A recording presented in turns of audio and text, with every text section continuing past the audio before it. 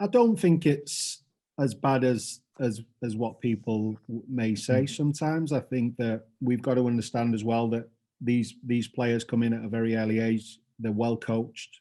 We have some of the best coaches in European football, in my opinion.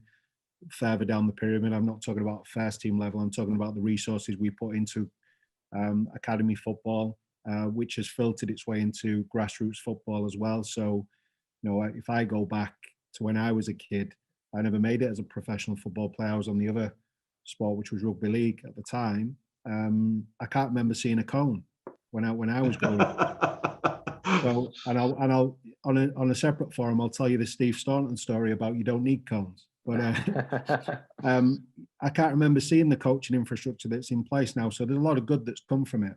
But in my opinion, it filters from the top.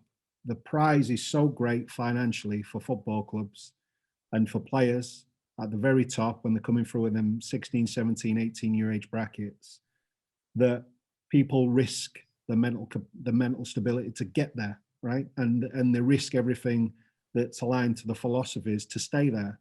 And the money that's thrown around to these players at 17, 18, 19 years of age is dangerous. It is actually dangerous, in my opinion. And I know it's great if you're there and you're taking them sorts of contracts and you in 5 years you can be set and you don't have to work another day in your life. But it's very dangerous because away from the contracts, you don't then own the Chelsea tracksuit or the Arsenal tracksuit or the Tottenham tracksuit. You can't have on your social media platform that you're a player, an aspiring player at these clubs. And then where do you go? And and they are the dangers that surround our sport and other sports. How far and how dangerous is the fall? And it's the same with clubs.